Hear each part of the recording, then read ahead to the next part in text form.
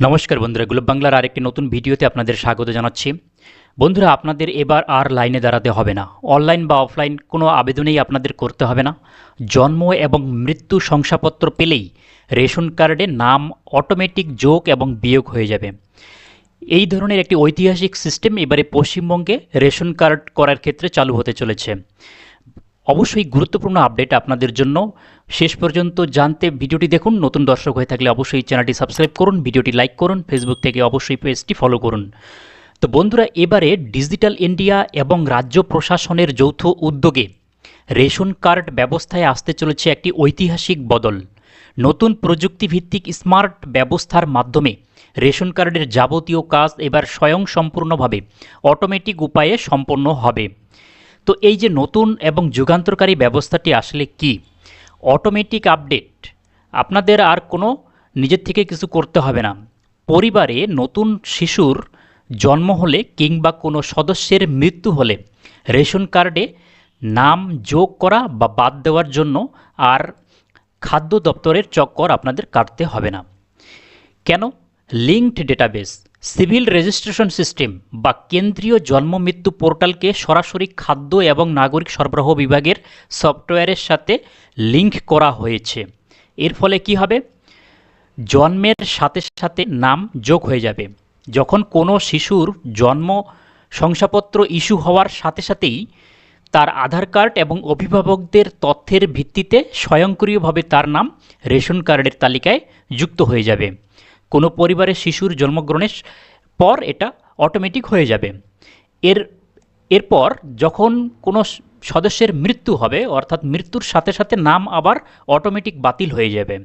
একইভাবে পরিবারের কোনো সদস্যের মৃত্যুর পর ডেথ সার্টিফিকেট ইস্যু হওয়া মাত্রই কোনো আবেদন ছাড়াই সংশ্লিষ্ট ব্যক্তির নাম রেশন কার্ড থেকে স্বয়ংক্রিয়ভাবে বাদ পড়ে যাবে।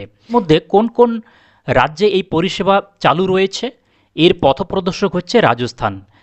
দেশের মধ্যে রাজস্থানেই সরকারি শনাক্তকরণ পোর্টাল এবং খাদ্য বিভাগের প্রযুক্তির মেলবন্ধনে এই নিয়মটি প্রথম সফলভাবে কার্যকর করেছে। অন্যান্য রাজ্য যেমন রাজস্থান ছাড়াও উত্তরপ্রদেশ, মধ্যপ্রদেশ, হরিয়ানা, অন্ধ্রপ্রদেশের মতো রাজ্যগুলো তাদের নিজস্ব ডেটাবেস এবং পরিচয়ে যাচাই ব্যবস্থার মাধ্যমে এই স্বয়ংক্রিয় প্রক্রিয়া চালুর কাজ দ্রুত গতিতে শুরু করে দিয়েছে। এবারে পশ্চিমবঙ্গে ব্যবস্থার বর্তমান পরিস্থিতি কি পর্যায়ে রয়েছে? কাজ চলছে দ্রুত গতিতে।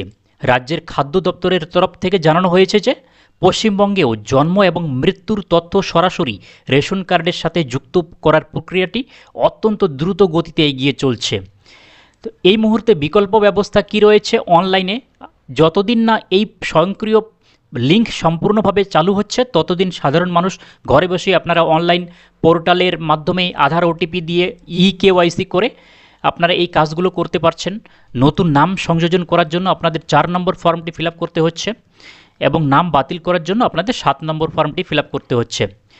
এবার এই নতুন প্রযুক্তির মূল সুবিধাগুলো কি কি রয়েছে? দালাল চক্রের অবসান। দালালের খপ্পরে পড়ে সাধারণ মানুষের সময় টাকা নষ্ট হবে না।